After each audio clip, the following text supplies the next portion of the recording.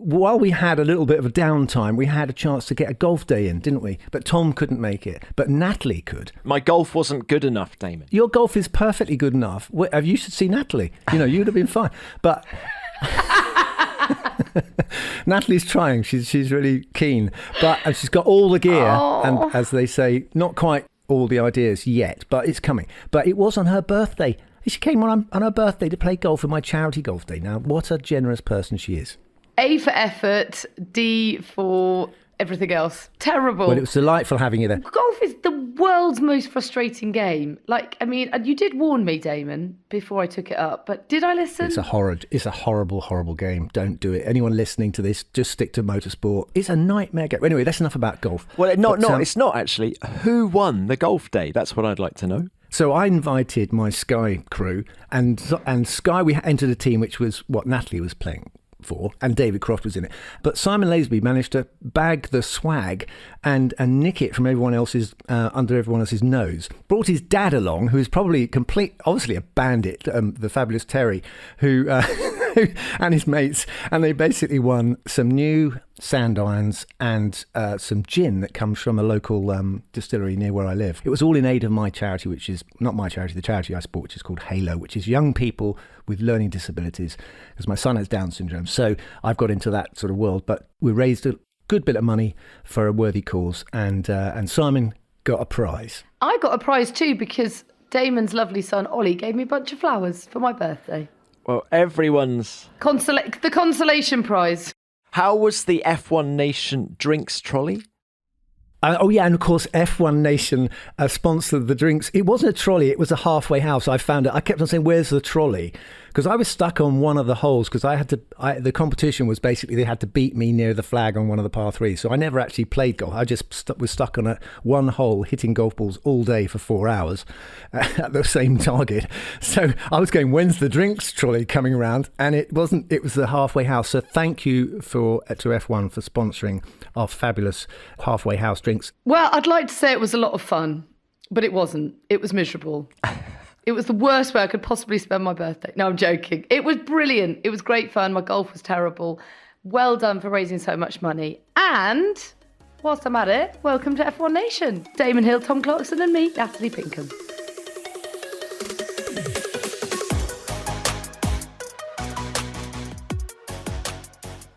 Hey, Pinks, before we get on to all things Singapore, there's a rumour going round that you make tennis stars cry. Is that true? Roger Federer, Rafa Nadal... Much like a tabloid headline, you've got some semblance of truth in there, but not the whole story. No, I was honoured to host the opening night of the Laver Cup. And I was asked months ago, I obviously didn't know when I accepted the kind invitation that it would be Federer's last ever competitive match or series of matches.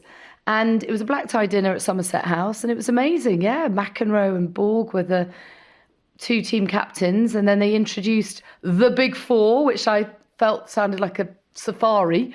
It was Murray, Djokovic, Federer, Nadal, and they were all on magnificent form. And yeah, it was nice to sort of dip back into tennis, because I did work in tennis before Formula One, and but yeah, to jump out of that world and into theirs was a real treat. What a sportsman. I mean, what a Federer. I'm just saying, he's hanging up his hat, but my God, what a career, what a performance, what a gentleman, and all the rest of it. Absolutely. Absolutely. You've interviewed a lot of sportsmen and women in your time, but when you deal with the Big Four, are there similarities in the way they carry themselves to Lewis Hamilton, to Max Verstappen? Well, a couple of observations that I had from the night was that, given that I don't know them as well as the F1 drivers on the grid, I didn't know how far I could take the sort of banter off script, bit of ad-libbing, because you sort of think you don't want to hang anyone out and you don't want to embarrass anyone, but equally you want to have a bit of fun. But Bjorn Borg was great fun. They all were, to be honest. Do you know who was the funniest, do you think, of them all? McEnroe. Bjorg. Don't say Andy Murray. Andy Murray. I promise you, he was brilliant. He started by saying, I know that my voice suggests otherwise, but I'm actually very excited to be here tonight. That's a good line. Let's talk about Singapore now, because we finally go back there. Last time was 2019, which seems like a lifetime ago. But we're back there with 6 races remaining this season. It's part of an Asian doubleheader, obviously Japan following it on the calendar. And what a circuit, what a challenge, Damon. Just how difficult is it to drive there? It's one of the big challenges of all, anywhere. And we had this situation with Monza and Nick de Vries. Is Nick actually driving? Do we know yet? No, so Alex Albon is still, well, as of yesterday, trying to get fit in time. But I don't know, if you read the reports about what his body has been through, you feel like saying to him, just don't risk it. It's not as if there's a world championship at stake. Just don't risk your health. Williams are being non-committal as well. We're, recording this Monday morning, and Williams aren't prepared to say that he's definitely going to be there this weekend because, as you say, it's been a big mountain to climb after that operation. This is one of the biggest, toughest challenges. Nick, if he does go to Singapore, he thought his shoulders were aching after Monza. He is going to be in for the biggest physical challenge of his career if he has to do Singapore. But then, of course, if Alex is not fully fit, and of course, if he's had internal stitches, you've got to have time for them to heal. You can't be bouncing around and dehydrating in a Formula One car for 2 hours around a boiling hot racetrack. With a lot of emphasis on your core as well, I would have thought. Yeah, so there's a good chance that Nick could find himself put to the test in this boiling hot cauldron. Although the sun goes down, it's still, the humidity seems to go up in the evening and you just can't get rid of the heat. 23 corners and, the ambient is circa 30 degrees, isn't it? And as you say, the humidity seems to go up. I found it really interesting seeing how the drivers have been preparing for the race. You look at, Instagram and things, and what are they've been, I saw Carlos Sainz cycling in a sauna and doing all sorts of different things. I mean, you do have to treat this one differently. And it's a long race. Yes, 61 laps, but it always goes to the 2-hour max, it seems. And Ocon's gone on record as saying it's going to feel like go-karts on curbs. The bouncing, the intensity of that is not just physically demanding, but so mentally taxing as well. The concentration levels, as you say, dehydration then plays its part in affecting that as well. Yeah, it's a Monaco ×2. I mean, it really is a big challenge for drivers because they get stuck behind a car and they get frustrated. If they've got a faster car, it's very difficult to pass. You've got the DRS, but really there isn't a straight long enough. You've got to take a brave lunge down the inside of a corner to get past people, and people get frustrated and they lose concentration. And when you're very dehydrated and hot and bothered, you get a little bit short-tempered as well. So these are the things. But talking about curbs, is this going to be a Ferrari track? Because the Ferrari is the one car that seems to cope better than the Red Bull over curbs. Well, of course, it was a 1-2 for them back in 2019 with Leclerc on pole and Vettel winning it. Yeah, and this year, with the new regulations, Leclerc was on pole position at Baku, which was, of course, another street circuit. It is a bumpy racetrack, this one. And I think you need to sort of go back to... it's Baku, it's Montreal, isn't it? The hard ride of these cars, something that Ocon, as you say, Pinks was going on about, is going to launch the cars over these curbs. I think we're going to see some really exhausted drivers. Because it's much more physical now. These cars are more physical than they were 2 years ago. It seems to be, doesn't it? Yeah. It seems to me because I think that they can push the tyre a little bit harder, perhaps, than they used to. So there are going to be more demands on them now coming up. I think they're going to be in for a shock. But Damon, we always get mistakes. There's been a safety car at every single Singapore Grand Prix, and the race was first introduced back in 2008, largely caused by either drivers getting frustrated and taking that lunge down the inside and it not working out, or just making a mistake and hitting clipping a wall.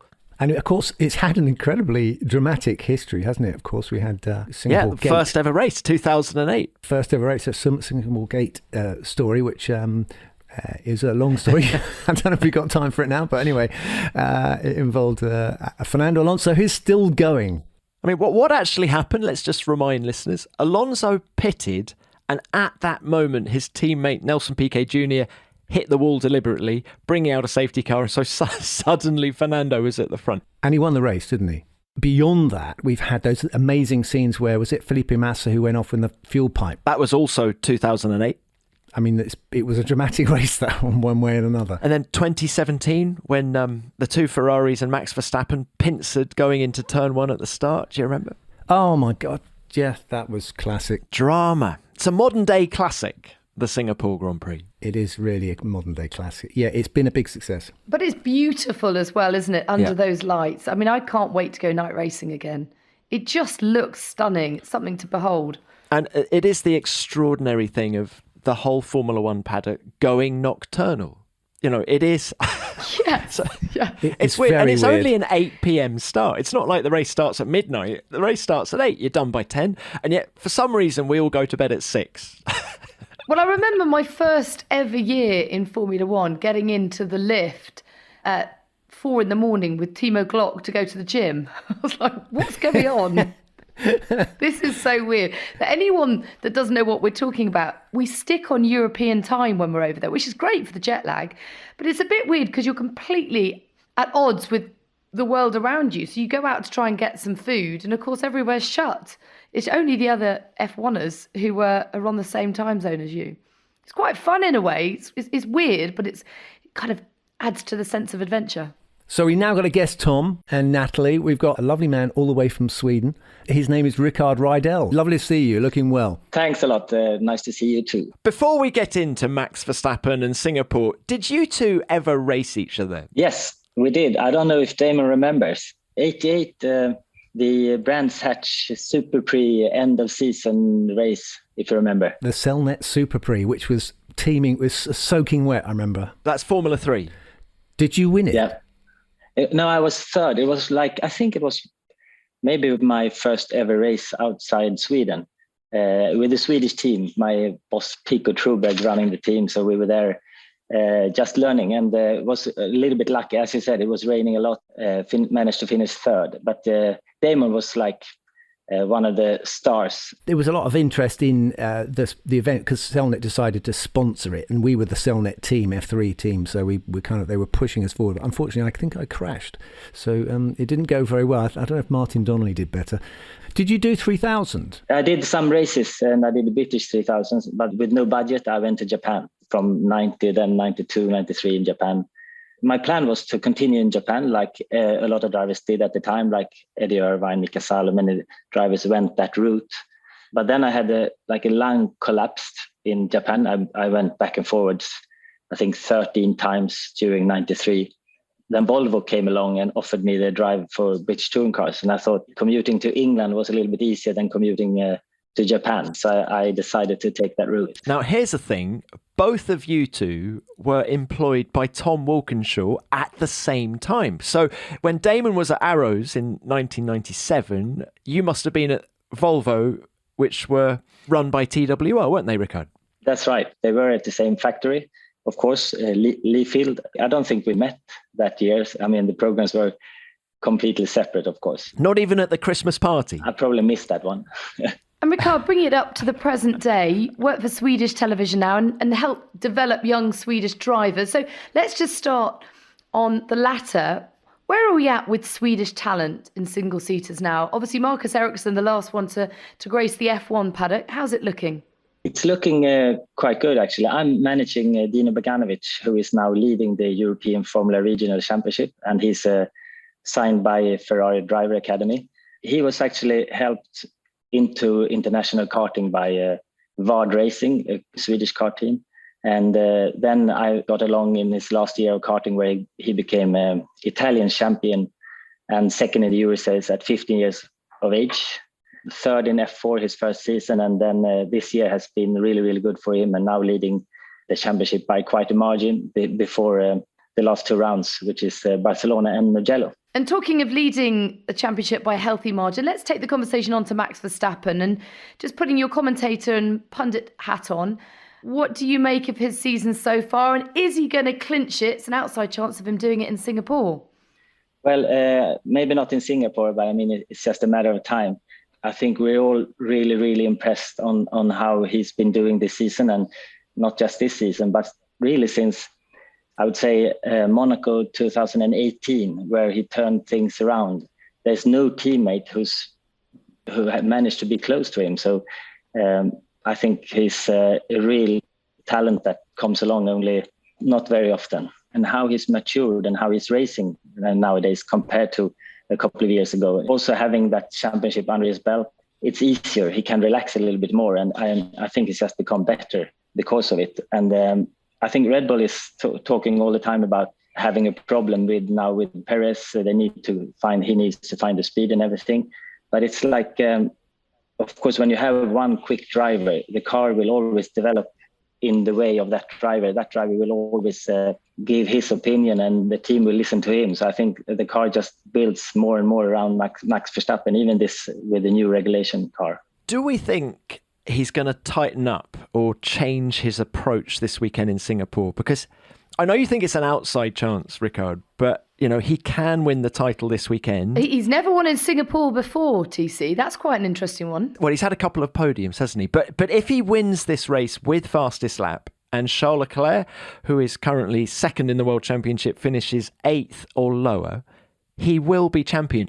Now, there's no pressure in the sense that he's going to lose this World Championship. But when you've got one hand on the trophy, do you tense up? Of course, I think you would if it's one race to go. If it's like the last but one race, then you do, because then anything can happen. But now, when you have so many races to go, he doesn't have to. I mean, if he doesn't do it this weekend, then he's going to do it later. But you're right. I mean, if there was one more race to go after this one, then for sure it's difficult, and it's difficult to put it out of your mind. But I think as a driver, you will always just like try to forget the past and just think about the race coming up. But it's impossible to take it out completely. So, but I don't think it's a problem for him. There is so many races left this season. Tom, do you not learn anything? I mean, from this guy, what he says, from Max, if you ask him a question about, are you worried about something? He goes, oh, no, I don't think it's a problem. It'll work out. It'll be what it is. His philosophy is perfectly adapted now to coping with the pressure in Formula One. And as Rickard was just saying, you can put it out of your mind. That is the tactic. That is what every sportsman has to do. You cannot get ahead of yourself. You've got to do the job you're there to do. And that's what he says. He reiterates that every time you interview him. And also he's got the one in the bag. If it was his first one, then there would be some tension, I think. Totally agree, yeah. This brings us on to something that Jean Todt, former Ferrari boss, former FIA president, said this week about Charles Leclerc. In an interview with a magazine, he said Charles is still missing something, which I thought was very interesting coming from Jean Todt, because his son Nicolas manages Charles Leclerc, so there's a very close family link to the driver. So for him to come out and say he's still missing something, I thought was interesting. But what is he still missing? Because he's got the speed. Maybe it's just that inner sense of calm and confidence. That's it, Natalie. I think it is that sense of comfort, and confidence that Max has. I think with the first time we interviewed him, do you remember he came on Sky, and there's this 17-year-old guy, and he just knew how to handle himself. He just had so much confidence. It was utterly unbelievable for a 17-year-old. And Charles is a very charming, intelligent kid, but he's anxious. He's got an anxiety there. I mean, there's a lot of self-chastisement, isn't there? I don't ever hear Max beating himself up when he makes a mistake. He's very public in his criticism of himself, isn't he? I don't know what Rickard thinks. I'm going to ask him in a second. But, I thought the first time I heard him say, oh, I'm really sorry, guys, that was all my fault. I just thought, can't imagine Michael Schumacher saying that ever. Hang on. That's not... Charles, that's not in the racing driver shopping list of excuses. Yeah, it's very honest, but don't tell everyone. Okay, Rickard, what were you a driver who made a mistake and then owned up immediately, or did you say, oh, there must have been a reason for it? I think that I've written a few pages of the driver's book of excuses myself. So you always try to find an excuse why you don't deliver, or why it doesn't go as well as you thought it would, and. I think that's just a way of being better and seeing yourself to do better next time. But you're right, he's really tough on himself, Charles Leclerc, and there's so much expectations on him. Perhaps if he does do the same thing like Max Verstappen, when or if he wins, perhaps he will be a different driver. I think he's just really, really keen on delivering and showing his potential. We all know he's a really, really talented driver, but I mean, they haven't got everything together at Ferrari yet. I think this is not the year for them. but maybe give them a little bit more time and they will be there. So I think that they will become better and better. It's interesting, isn't it? Because right at the beginning of the year, we absolutely said it was their year. It felt like their time, didn't it? That 1-2 in Bahrain, and it felt like a quick car. It felt like they were much calmer, different mindset. Binotto was talking differently. Charles as well felt that there'd been a coming of age. And you're totally right, Rickard. A lot of this is on the team. I mean, they say that Charles is missing something. The team is missing something. You've got to give him a fast car, but one that's reliable, and strategy to back it up. And also, I think that they had the fastest car in the beginning, and they still have qualifying-wise. They're really up there, but they were a little bit lucky to get all those points they did in the beginning of the season. Red Bull had some problems. They were, I think, race simulations and in the races, Red Bull was still maybe the slightly quicker car already from the beginning of the season, except I think they have been all season except the Red Bull Ring where Ferrari was really quick in the race. Maybe they got too much pressure from everyone in the beginning of the season when they had that point advantage. That's a really interesting point. So after Australia, Charles was 40-odd points ahead of Max, wasn't he? And do you think that just raised expectation levels too high, both in their own minds and in Italy and Gazzetta dello Sport, and you know what the media's like in Italy and how everything's a massive story, both good and bad? Perhaps if they hadn't had that run of success, it would have been easier for them to deal with. Yeah, exactly. I think if it had been close and Red Bull maybe just leading the championship by a few points, it wouldn't be the same. And they probably got too much pressure from the outside world. And they still have a very quick car in qualifying, but they still aren't on Red Bull's pace in the races. And then, of course, we've seen Red Bull. When it comes to the new regulations, I think that Red Bull has just shown how good an understanding they have of the aerodynamics, and they make small changes to the floor for each races when they come to. We were at Spa when everyone had to race the car, and Red Bull was just dominating. So it seems like they know exactly what to do and how to change the car for different circumstances. So at the moment, no one is really in the same league. I interviewed Christian Horner on the sister podcast Beyond the Grid recently, and he said that he thought Red Bull was operating at the highest level it's ever operated in the 18 years that he's been in charge of the team. Yeah, I mean, that says a lot, of course. Before we continue with the show, I'm excited to share that F1 Nation have partnered with Trade Coffee for this episode, and we have a special offer for you if you're keen to try it out. Now, I drink a lot of coffee, but I couldn't tell you exactly what makes a good cup taste so good. That's for Valtteri Bottas to know. All I know is that when I get my bag of beans from Trade Coffee, it never disappoints. And I've discovered new blends that I wouldn't have even considered if I stuck to my usual supermarket brand. Trade know that we all have our unique tastes and preferences, whether you prefer a decaf blend, take it black, or add cream or sugar to your coffee. They've got something to suit everyone. It's a coffee subscription service unlike any you've tried before, providing craft roasted coffee on your terms. When you visit their website, you can easily select from their curated collections by roast, flavour profile and brewing method. Their team of experts do all the hard work for you, taste testing hundreds of coffees across the US every month to curate more than 450 exceptional coffees that make the cut. If, like me, you're still figuring out your tastes or want to take your coffee experience to the next level, you can fill out their short online quiz, detail the notes and flavours you enjoy the most, and you'll be expertly matched with your perfect coffee. I'm really enjoying exploring what they have to offer and discovering exactly what kind of coffee I like. Everything I've tried so far is full of flavour, incredibly smooth, and suits my palate perfectly. Trade is the easiest way to get your very best tasting coffee delivered fresh when you need it. You've got nothing to lose because Trade guarantees you will love your first bag. If not, they'll work with you to replace it for free.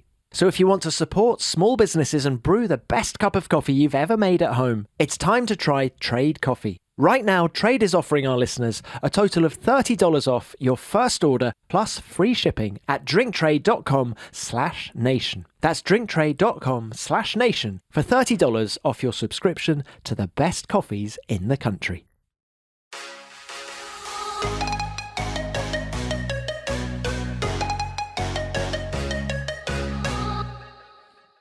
Guys, what about Mercedes? I see George Russell's come out this week saying that he thinks COTA, the Circuit of the Americas, is perhaps their best chance of taking a win this year. And that's following on from quotes from Lewis Hamilton at the Italian Grand Prix, where he said maintaining his record of winning in every season is of zero interest to him.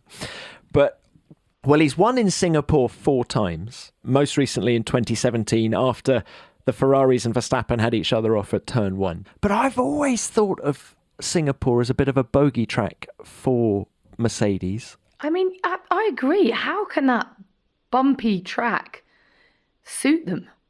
With all the problems they've had with porpoising and bouncing this year, how on earth are they going to navigate their way around that? Well, they're claiming that they've learnt a lot of lessons since we were last at a bumpy track in, when was it, Montreal, I guess, with curbs as well.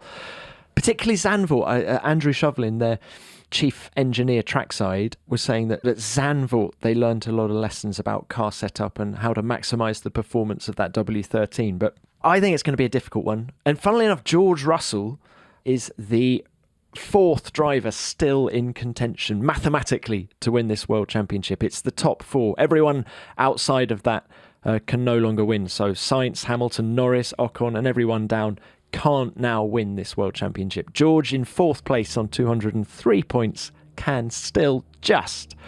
But I don't think he's viewing 2022 as his first World Championship season.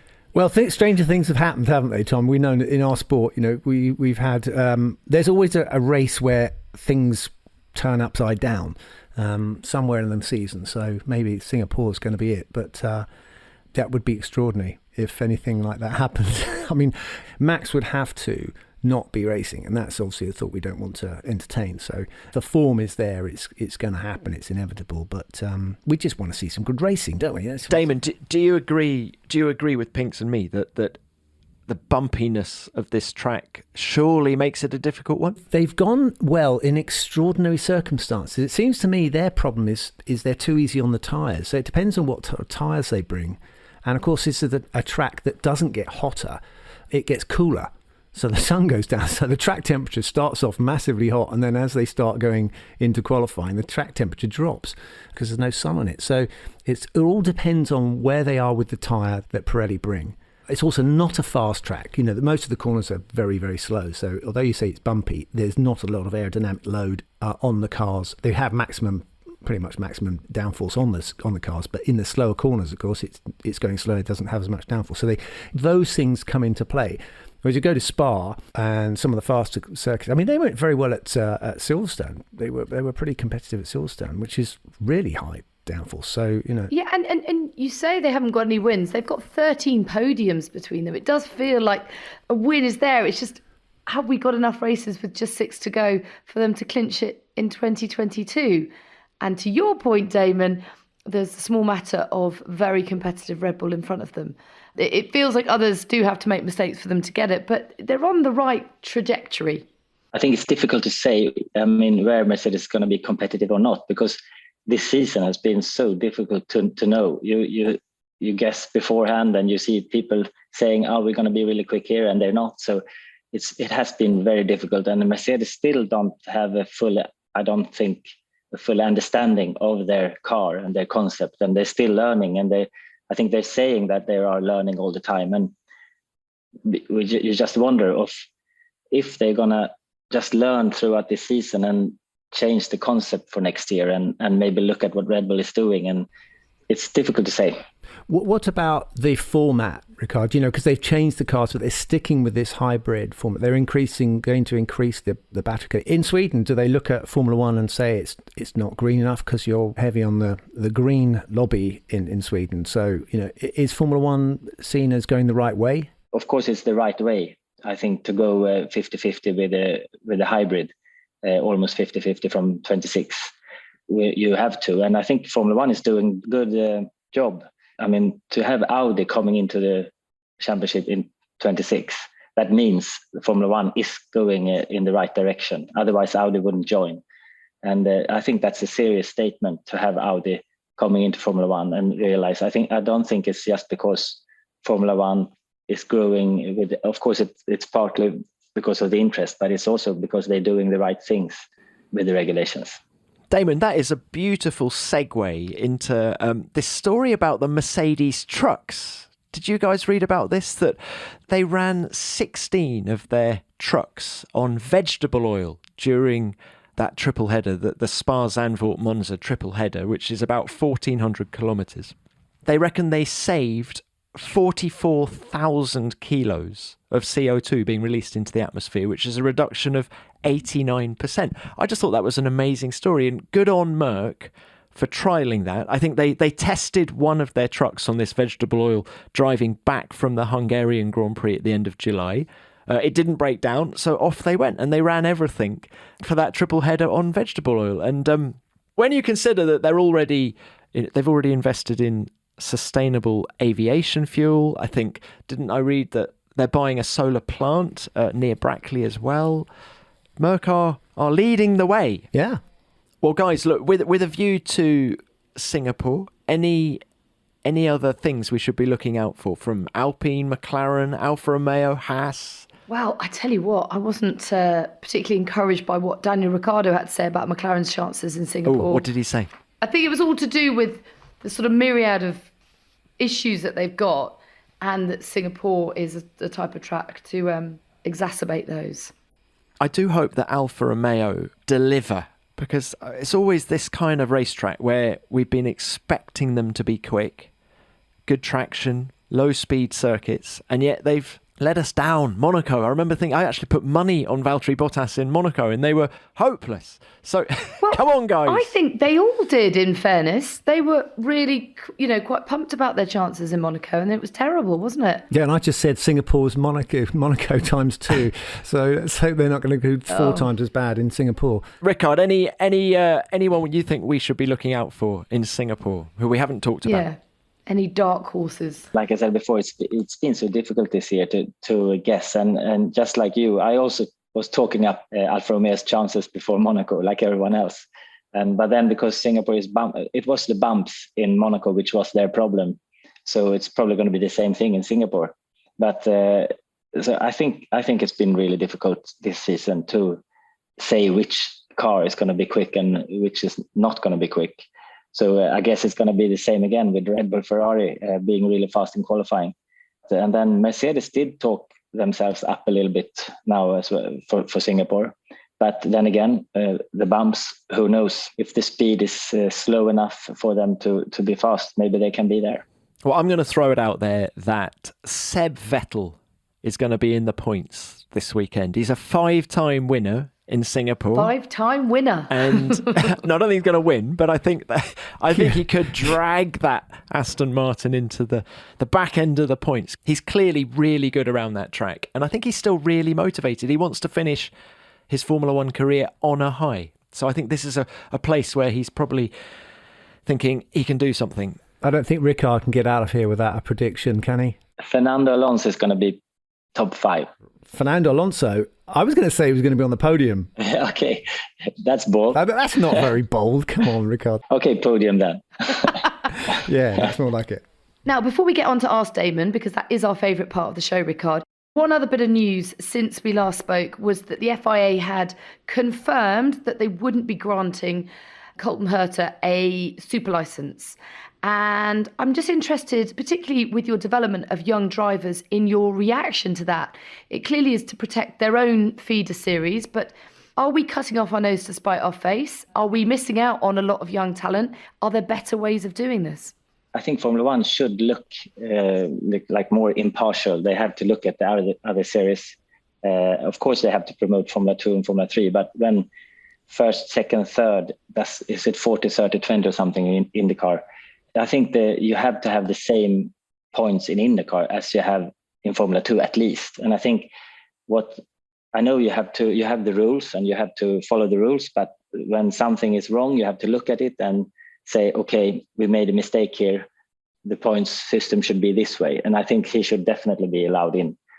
So I think that's a mistake. I agree. I think it should have more points for IndyCar. I mean, let's be honest, it's the sharp end of US motorsport, and there's a difference between being in F2 and being actually one of the potential winners of the Indy 500 or the IndyCar race, you're in the spotlight. It's a totally different bag of talent, skills and skill set that you need for that. And it's interesting that all of the ex-F1 guys in IndyCar have all come out in support of Colton, haven't they? I mean, Alexander Rossi, Marcus Ericsson have both said that, he deserves a crack at Formula One. He's certainly good enough. I actually replied to Alex Rossi's Instagram post. I just said one of the things is all these decisions are taken by the bureaucrats, if you like, in the FIA, and kind of how do we make this fair? And what they don't do is talk to the drivers, because you just ask Rickard, he's another driver, and if you ask most drivers, they would say they would regard an IndyCar driver as way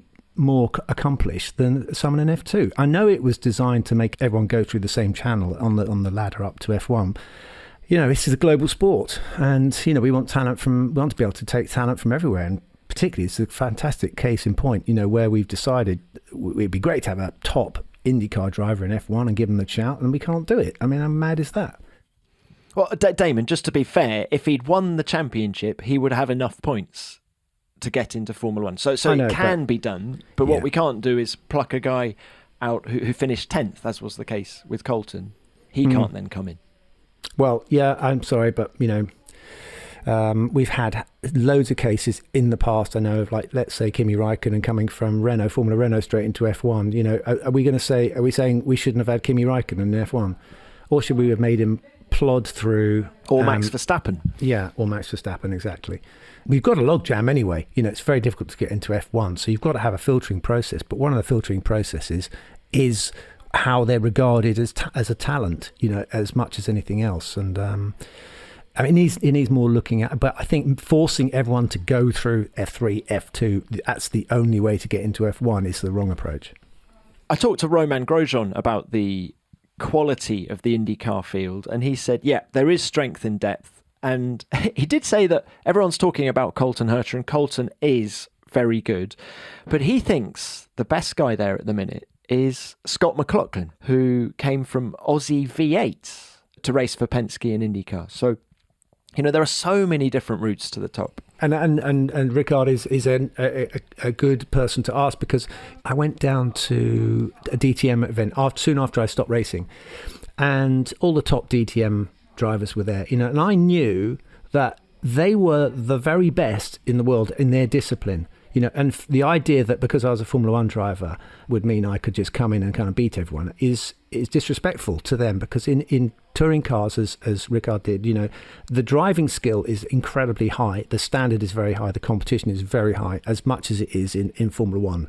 It's just not Formula One. And so that's the only thing you can say about that. The attention isn't there, the pressure isn't there, and all the things that come with being in F1 aren't there. But these guys, they cannot just be 20 great drivers in the world. They're also in other disciplines, and our sport is rich with all these other disciplines.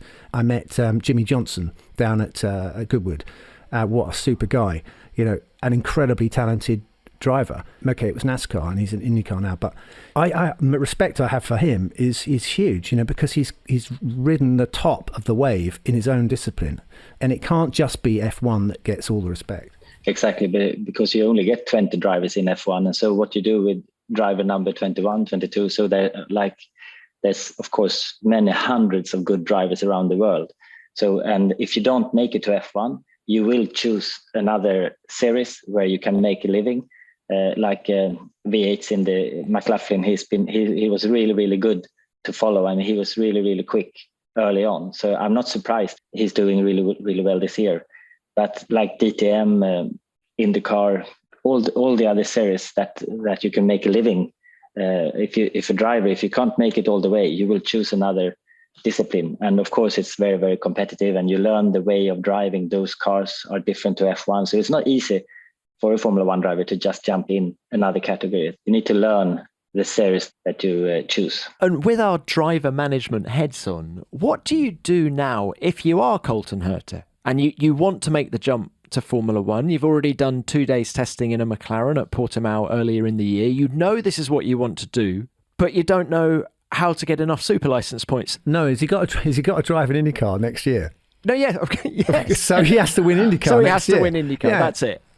Yeah, but that's what will happen, is that he will go, okay, well, I'm not going to go grubbing around some junior formula to try and get the points somewhere else. He's a top driver in a major championship. He's going to stay there, and he'll, if he's any good, he'll win the championship, and then if he wants to, he can come to F1. But he'll probably stay in the States because he's winning. Yeah, and a missed opportunity for Formula One in a year in which, with the 2023 calendar having just been released, we got 3 races in the US next year. Now, the boom in interest in Formula One on that side of the pond proves that we don't need an American driver for Formula One to succeed over there. But surely it would help. It would help, but it would also go down very well. Yes. Wouldn't it? Yes, good point. With Alex Rossi now racing for McLaren in IndyCar next year, could we see him step back over into Formula One? Perhaps we get Logan Sargent in Williams, maybe. And then we have an American driver. Not impossible. Great segue from Rickard Rydell there, because of course another bit of news that's broken since last week's show is Nicholas Latifi and Williams are going to part ways at the end of 2022, which leaves the second seat alongside Alex Albon free. Is it Logan Sargent? Is it Nick de Vries?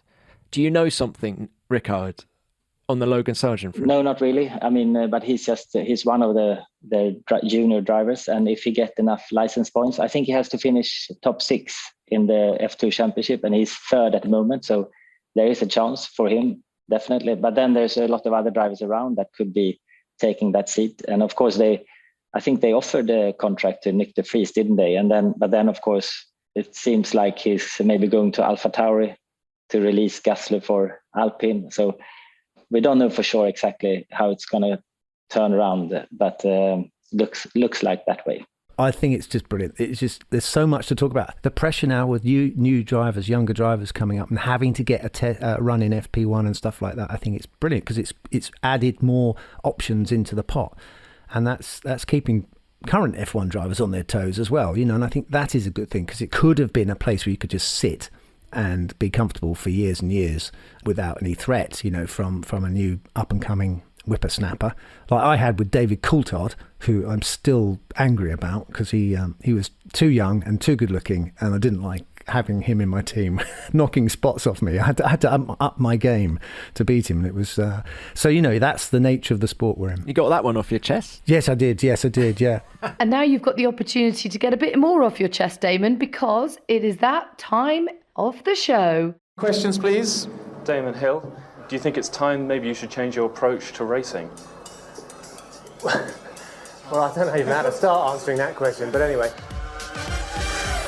Williams leading, Damon Hill. Some more questions, please. Damon, were you happy with the start? Damon Hill, congratulations for this winning, Damon. You must be satisfied. Any questions? Yeah. Well, Damon must have been absolutely gutting that last couple of laps. Damon, it looked like he had it really under control. Some more questions, please. Damon Hill has done a fantastic job. Hey guys, my name is Reese Hallaby and I am from Colorado. First off, I have to say thank you because I was very generously given a shout out on this podcast a few weeks ago, and while it was amazing for me, it was an even more amazing surprise for my mother, who has now sent it to every F1 fan we know. So anyways, my question today is about the flow of qualifying. I'd like to better understand what a team's goal is during Q1, Q2, Q3. For instance, do the top teams do anything differently in the first few rounds? And related to that, I don't understand why the teams seem to waste time during qualifying. They never seem to be scrambling to get out on track at the beginning of each session. And thank you all again for doing the podcast. And as a new fan this year, I love listening and learning each week. Hi, Reese. Well, I'm glad your mum's happy anyway. That's good. The question was, why aren't they out on track making use of every single split second? Well, one of the problems is they have mileage issues on the engine, so they don't want to be out there pounding around all the time. They want to save some usage of the car. So if there's no need for it, then they're not out there. The other reason they're not out is because they are sometimes when you start on a new track, it's not very good. It's what they call green and it's covered in dirt. So they're actually hoping someone else will go out and clean it up so you can get more accurate feedback. But there are places like, say, for example, Singapore, where track learning is very important. And so they'll go out and use the track. If they've got experience of the track, then they tend to try and minimise the time they can go out and run. But I'm sure Rickard's got much more detailed information, being an expert pundit, and he can add to this. Anything I've missed there, Rickard? Well, I mean, I think you got it all okay. But of course, they're waiting for the grip to go up on the track. The more rubber is less down, the faster the lap time will be at the end of the session. And I mean, sometimes they go out too late, as he said. I mean, sometimes they're waiting just too long and miss the opportunity, like we've seen at Monza, where everyone wants to be towed around. No one wants to be the first car. So there's like different tracks, different reasons, but I think you got it all.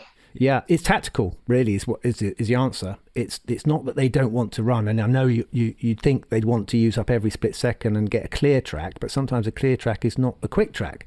It's actually the track, especially at Monaco, where the last few minutes, when the track has been run on, it's a bit like a drag strip.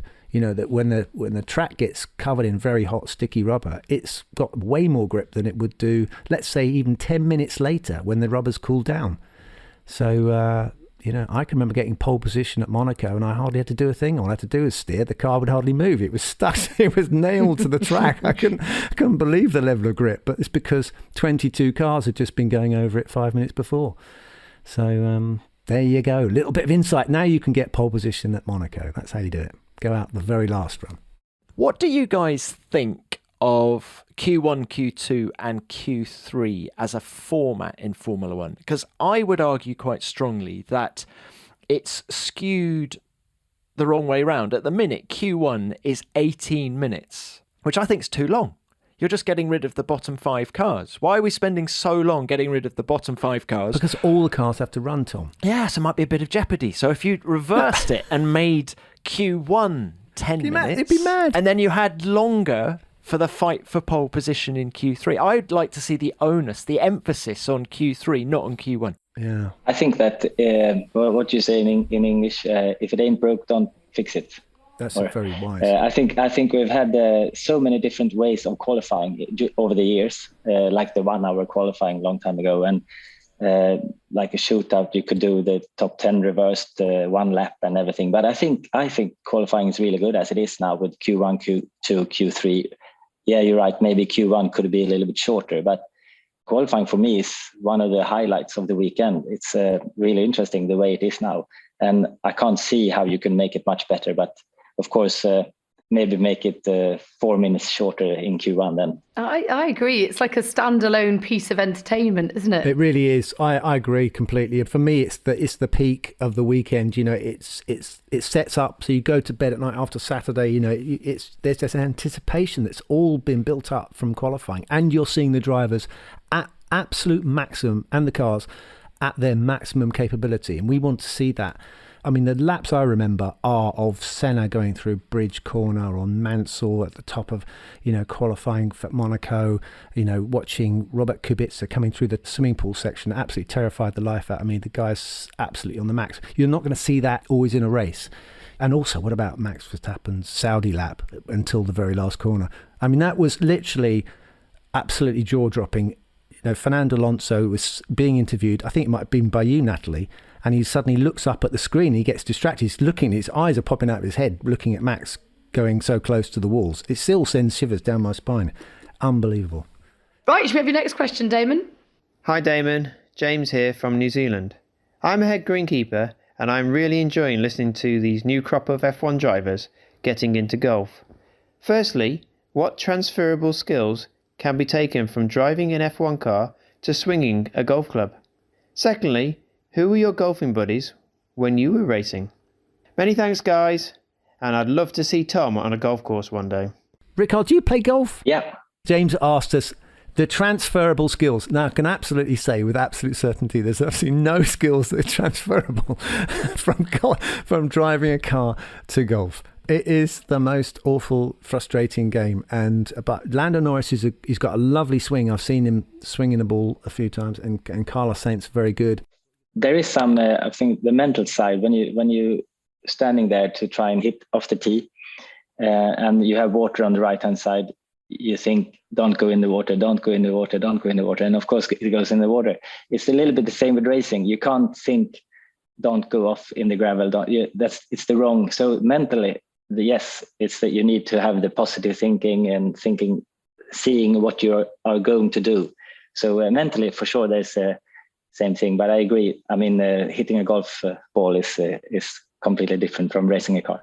But maybe that's what they need. Maybe that is the answer, because Lando needs some sort of counterbalance to the fast-paced living that he is challenged with through Formula One, and he likes to be able to come off and breathe and have a bit of peace and quiet. It's peace and quiet, but it's all-consuming, isn't it? While you're playing golf, you're not thinking of other things. As you've got to be focused on the putt, not that Q3 lap. There are very few. When I was driving, there were very few golf players who I got to Eddie play. Irvine used to.